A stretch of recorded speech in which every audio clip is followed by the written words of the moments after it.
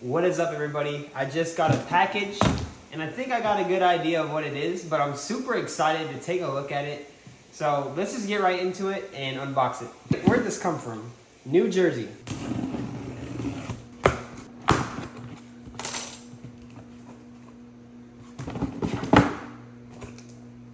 Ooh. All right, guys. This is an upcoming brand, Mount to Coast R1. That's what the shoe is called. You can see that label right there. I've never really seen one that's clear, so that's kind of cool. Let's unbox this bad boy. Dang, what is this big old paper in here? This is awesome.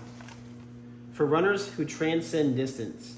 17 days, 854 miles, 18 records, 1 pair of R1s. Jeez. And they literally have a picture. They really don't look that bad. For all those miles, they look like this. Shoot, I can still wear those. Right here, we got a little bag. Let's see. Mount to Coast, baby. All right, now let's take a look at the shoes.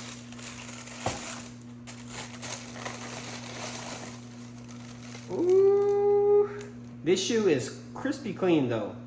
Really cool. But it has 2 different types of laces, which is interesting. Let's try it on and see how it feels. All right, guys. First impression with them just on and walking in the house.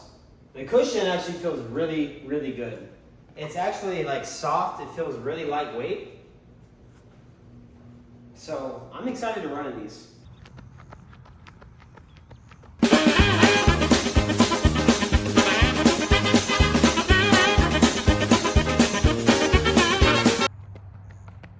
Woo, feel pretty good.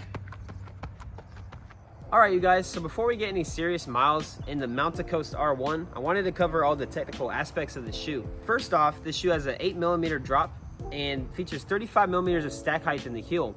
And this midsole is made up of their LightCell foam technology, which is a supercritical PIBA-based nitrogen-infused foam that's about 50% lighter than standard EVA, while also providing about 45% more energy return than those standard EVA foams. Inside of this midsole, you're gonna find their zero sag insert, which is gonna provide extraordinary cushioning on those longer efforts.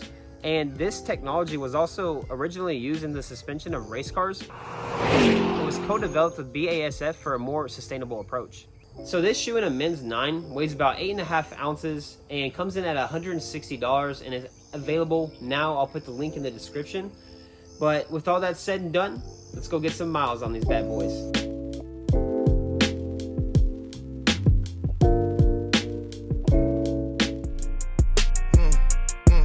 Yeah, drop a 50 bag for the mob in a spot. Drop a 50 bag, 29 for the thought. I was really trying to keep it PG. I was really trying to keep it PG. If you had a set, they give you the DP. You civilian gang in real life, you PC. You know who really bang and set my YG. You know who really bang and set my Chuck T. You know who even bang and set out there CB. It cold, losing sleep on this, it ain't me. All right, you guys, I hope you enjoyed that little running clip there. That was when I did a 10-mile run at Lions Park, my first run in the shoe to really break it in and get a feel for it. And since then, I've been able to run on the treadmill, concrete, road, and put a lot more miles on these shoes. So I probably have about 60 to 70 miles on these shoes. Nothing too crazy, but definitely enough to really see how this shoe performs. So the first thing I'd like to talk about in the Mount to Coast R1 is how lightweight this shoe was. Whether I was just getting off of work with my legs sore and tired, or just, energized in the morning to go run, this shoe always felt super lightweight. And usually when I'm doing a recovery run, I like a shoe that has a lot more cushion, higher stack height, which tends to be a little bit heavier. So to do like recovery runs or just runs when I'm tired, and a shoe that is as light as the R1 felt really good. Because, I might not have had, a max cushion shoe for the recovery, but I wasn't working as hard just by how lightweight this shoe was. This thing is a feather. And like I mentioned, usually for recovery runs, I like a shoe with a little bit more cushioning. So let's go ahead and talk about the cushioning on the R1. While this shoe definitely didn't feel like a super high cushion plus shoe, it felt really good. I wouldn't describe this LightCell foam as super responsive super soft, or super plush. It's kind of just right in between. So when running in this shoe, you don't notice it too much. You're not like, oh, this shoe is super soft, or this shoe is firm, or this shoe is super bouncy. You're kind of just cruising without it being rough on your knees or hips. So I was able to just hold a pace, take it nice and easy, or pick up the pace if I wanted to, while feeling really comfortable at the same time. Another awesome feature about this shoe with this Tuned Fit dual lacing system, the toe box always felt great on this shoe. I mean, it was simply not too narrow. And my foot was still nice and secure, so my toes could fully splay out. It really felt just right. And with this dual lacing system, this bottom section of the lacing system, I never changed ever since that first run I did. So all I ever did was unlace the top here, put them on, snug them up right, and the toe box always felt amazing. So there was no issues with that. I never needed to adjust it, and it always was super simple and easy and comfortable. When it comes to the instep height on this shoe, the midfoot area, it never was too tight on top of my foot. It felt just right and secure. It really was awesome. And as well as in the heel, there was never any slipping problems or anything like that. I never even did the runner's loop on this shoe, which I usually do with all of my shoes. This, I never had to. And on those runs where I would just be cruising nice and steady, I try to imagine the zero sag insert inside of that midsole. And I feel like it just almost in a way hugged underneath my foot, gave me a little bit of extra support, but didn't interfere with the cushion or the flow of my run. It always just was nice, easy, and steady, always comfortable. So, that thing must have been doing its magic in the midsole, but at the same time, it was super easy and not very noticeable. And so that's mostly everything that I liked out of the shoe, pretty much everything. The upper felt great. It was super lightweight, cushioned enough. The toe box was wide enough, not too wide, easy to wear, easy to throw on. It really felt amazing. And on top of that, the aesthetic of the shoe is pretty sweet as well. I love the all white colorway, black and white. You got Mount to Coast on this side of the shoe. And it's just a different look while being simple, but also looks sleek. I really do enjoy how this shoe looks as well. Yeah, man, that's fire. I definitely prefer this color out of all the other ones. So now that I got what I like out of the way, let's go ahead and jump into what I don't like. And to be completely honest with you guys, there's nothing that I don't like about this shoe. It's super easy to throw on. It's lightweight, has enough cushion. The lockdown is A1, from the heel to the toe box. Like, I just cannot complain about this shoe.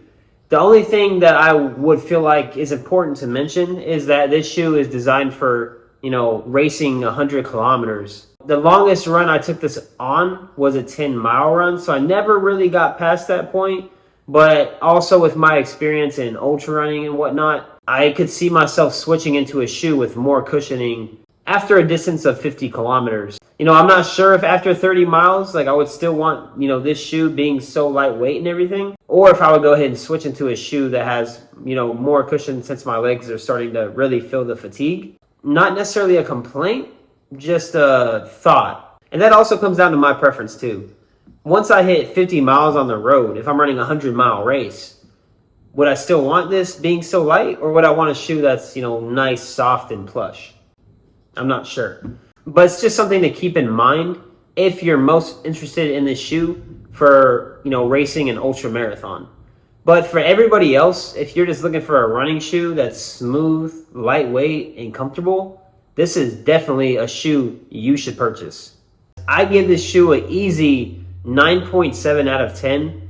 It really is an awesome shoe, and I'm completely shocked with the performance of this shoe. And for those of you who get to watch my YouTube, you know that I keep it a buck when it comes to reviews.